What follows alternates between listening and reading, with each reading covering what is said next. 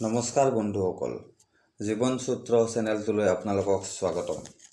বন্ধুসকল, আজি আমি কথা পাতিম শনি গ্ৰহৰ কুদৃষ্টিৰ ওপৰত।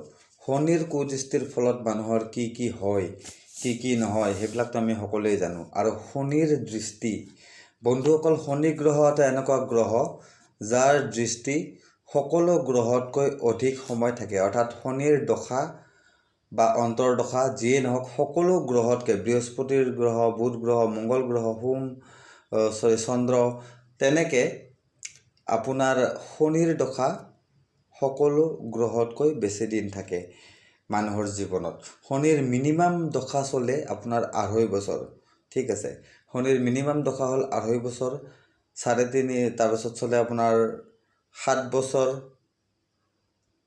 ঠিক আছে, 7 বছৰ নহয়, 7.5 বছৰ, তাৰপিছত চলে আপোনাৰ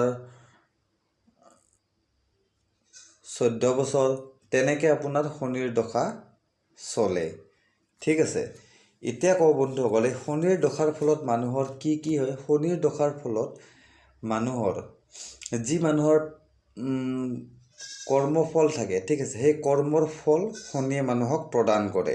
শনি যি পদ প্ৰাপ্ত হৈ আছে, শনি দেৱতাৰ বা শনি ভগৱানৰ যি পদ প্ৰাপ্ত হৈ আছে আপোনাৰ, সেই পদটো হৈছে ন্যায়াধীশৰ পদ বা দণ্ডাধিকাৰীৰ পদ। দণ্ডাধিকাৰী মানে কি, আমাৰ যিবিলাক জাজ, তেখেতসকল হ'ল দণ্ডাধিকাৰী। অৰ্থাৎ তেখেতসকলে মানুহৰ পাপ পুণ্যৰ হিচাপ কৰি সেইমতে শাস্তি দিয়ে, নহয় জানো? সেইমতে সিহঁতৰ শাস্তিৰ বিধান ঘোষণা কৰে। সেইটো হ'ল আমাৰ দণ্ডাধিকাৰী বা যিটো জাজ, তেখেতৰ কাম। ঠিক আছে, এতিয়া ঠিক সেই একেদৰে শনি গ্ৰহেও আপোনাৰ মানুহৰ যিবিলাক কৰ্মফল থাকে, অৰ্থাৎ যদি আপুনি ভাল কাম কৰিছে তেতিয়াহ'লে আপোনাৰ ভাল কৰ্মফল আপোনাক প্ৰদান কৰাটো দায়িত্ব হ'ব শনিৰ। আৰু যদি আপোনাৰ কৰ্মফল বেয়া, তেতিয়াও আপোনাক সেই বেয়া কৰ্মফলৰ বেয়া পৰিণাম প্ৰদান কৰাটো শনি ভগৱানৰে বা শনি মহাৰাজৰে দায়িত্ব। ঠিক আছে, শনি মহাৰাজৰে কৰ্মৰ পৰিধিৰ ভিতৰত পৰে। শনি মহাৰাজৰ কৰ্ম এইটোৱে যে মানুহৰ যি কৰ্মফল, সেই কৰ্মৰ ফল মানুহক এই পৃথিৱীতে ভোগ কৰোৱা। সেইটোৱে হ'ল শনিৰ দশাৰ মেইন উদ্দেশ্য।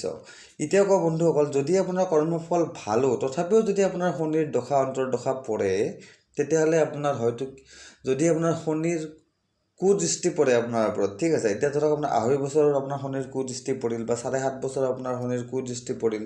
ঠিক আছে, সেইখিনি সময়ত কি হয়, সেই বছৰছোৱাৰ ভিতৰত আপোনাৰ কি হয়, নানান ধৰণৰ দুৰ্ভোগ আপোনাৰ ওচৰলৈ আহিবলৈ ধৰে, নানান ধৰণৰ দুৰ্ঘটনা আপোনাৰ সন্মুখত ঘটিবলৈ ধৰে, যিবিলাক দুৰ্ঘটনাৰ সম্পৰ্কে আপুনি হয়তো সপোনতো কল্পনা কৰিব পৰা নাছিল। তেনেকুৱা ঘটনা আপোনাৰ লগত ঘটিবলৈ ধৰে। এইটোৱেই হ'ল শনিৰ দশাৰ মেইন লক্ষণ। ঠিক আছে, শনিৰ দশা যদি আপোনাৰ ওপৰত আছে, তেতিয়াহ'লে আপুনি বুজিব আপোনাৰ হোৱা কামবিলাক আধাতে কেলেংকাৰী লাগি ৰৈ যাব, নহ'ব, কিবা কেচ কেচাল লাগিব। যদি আপোনাৰ কিবা হ'ব লগা কাম তেনেকৈ ৰখি গ'ল, তেতিয়াহ'লে আপুনি বুজিব সেইটো আপোনাৰ শনিৰ দশাৰ ফলতে হৈছে।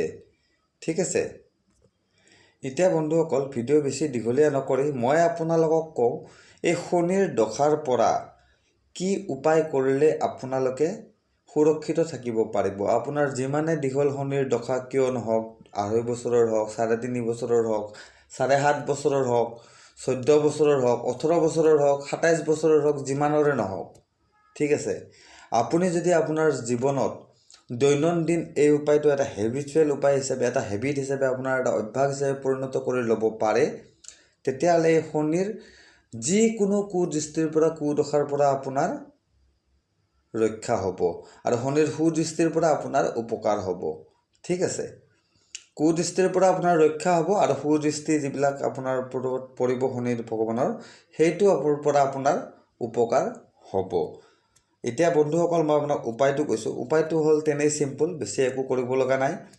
আপুনি 3টা বাৰ মই আপোনাক কওঁ, সোম, বুধ আৰু শুক্ৰ, এই 3টা বাৰ আপোনালোকে মনত ৰাখিব। এই 3 বাৰৰ দিনা আপোনালোকে যিকোনো সময়তে এটা লোকেল যিটো লোকেল কুকুৰাৰ কণী, ঠিক আছে, এইটো ব্ৰইলাৰ বা ফাৰ্মৰ কণী হ'লে নহ'ব, লোকেল কুকুৰাৰ কণী এটা আপুনি লৈ আহিব আৰু লোকেল গৰুৰ গাখীৰত, আপুনি গাখীৰ লাগিলে অলপে লওক, যিমানে নলওক, 1 গিলাচ ল'ব নালাগে, আধা গিলাচে লওক। তাতে কি কৰিব, লোকেল গৰুৰ গাখীৰত লোকেল কণীটো ভাঙি পেলাই সেই গাখীৰত পেলাই দিব। তাৰপিছত কি কৰিব, তাক চামুচ বা কিবা ঘুটিব পৰা বস্তু দি ভালকৈ ঘুটি লৰাই গাখীৰ আৰু কণী মিক্স কৰি পেলাব। ঠিক আছে। এতিয়া যেতিয়া এই পদাৰ্থখিনি আপোনাৰ মিক্স হৈ যাব গাখীৰ আৰু কণী, তাৰপিছত কি কৰিব আপোনালোকে যিকোনো ক'লা লোকেল কুকুৰক, ঠিক আছে, এইটোও আকৌ লোকেল, ঠিক আছে, ক'লা লোকেল কুকুৰক, যিবিলাক আমাৰ ৰাস্তাৰ আলিয়ে গুলিয়ে ঘূৰি থাকে বা আপোনাৰ ঘৰতো যদি লোকেল কুকুৰ পোহা আছে, পোহনীয়া লোকেল কুকুৰ দেই, এইবিলাক যিবিলাক বাহিৰৰ ব্ৰীড সেইবিলাক নহয়, লেব্ৰাডৰ, জাৰ্মান শ্বেফাৰ্ড, ৰটউইলাৰ এইবিলাক নহয়, কাৰণ এইবিলাক হ'ল আপোনাৰ বৰ্ণসংকৰ পদ্ধতিৰ দ্বাৰা জন্ম দিয়া হয়। এইবিলাক ব্ৰীডক একচুৱেলি এইবিলাক অৰিজিনেল ব্ৰীড নহয়। আৰু বৰ্ণসংকৰ ব্ৰীডক আপুনি যদি কিবা তেনেকুৱা ধৰণৰ পৰিচৰ্যাও কৰে বা সেৱা কৰে তেতিয়াহ'লে কোনো উপকাৰ আপুনি নাপায়। কিন্তু যিবিলাক আমাৰ বাটৰ কুকুৰ আছে, পথৰ কুকুৰ আছে, তাৰে ভিতৰত আপুনি ক'লা কুকুৰ বিচাৰি ল'ব আৰু ক'লা কুকুৰক সেই যিখিনি পথ্য আপুনি মিক্স কৰিছে কণী আৰু গাখীৰ, সেই কণী আৰু গাখীৰটো খাবলৈ দিব। বাছ ইমানখিনিয়ে কৰিলে হ'ল। সোমবাৰ, বুধবাৰ আৰু শুক্ৰবাৰ এনেকৈ আপুনি কৰক।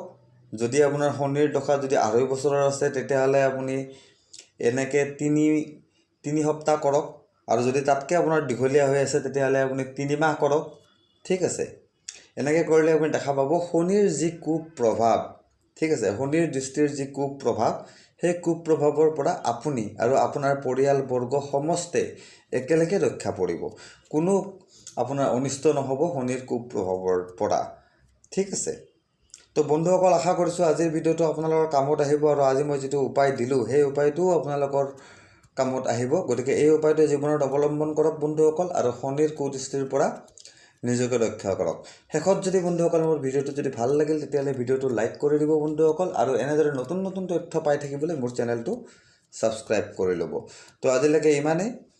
পুনৰ লগ পাম নতুন কোনো ধৰণৰ এনেকুৱা তথ্যৰে। তো আজিলৈকে বাই বাই। আপোনালোকৰ সকলো পৰিয়াল ভালে কুশলে থাকক, আপুনি ভালে কুশলে থাকক, আপোনালোকৰ সমস্ত আশা আকাংক্ষা পূৰ্ণ হৈ থাকক ভগৱান মহাদেৱৰ কৃপাত। এইখিনিয়ে মোৰ ক'ব লগা বন্ধুসকল। তো আজিলৈকে ইমানেই।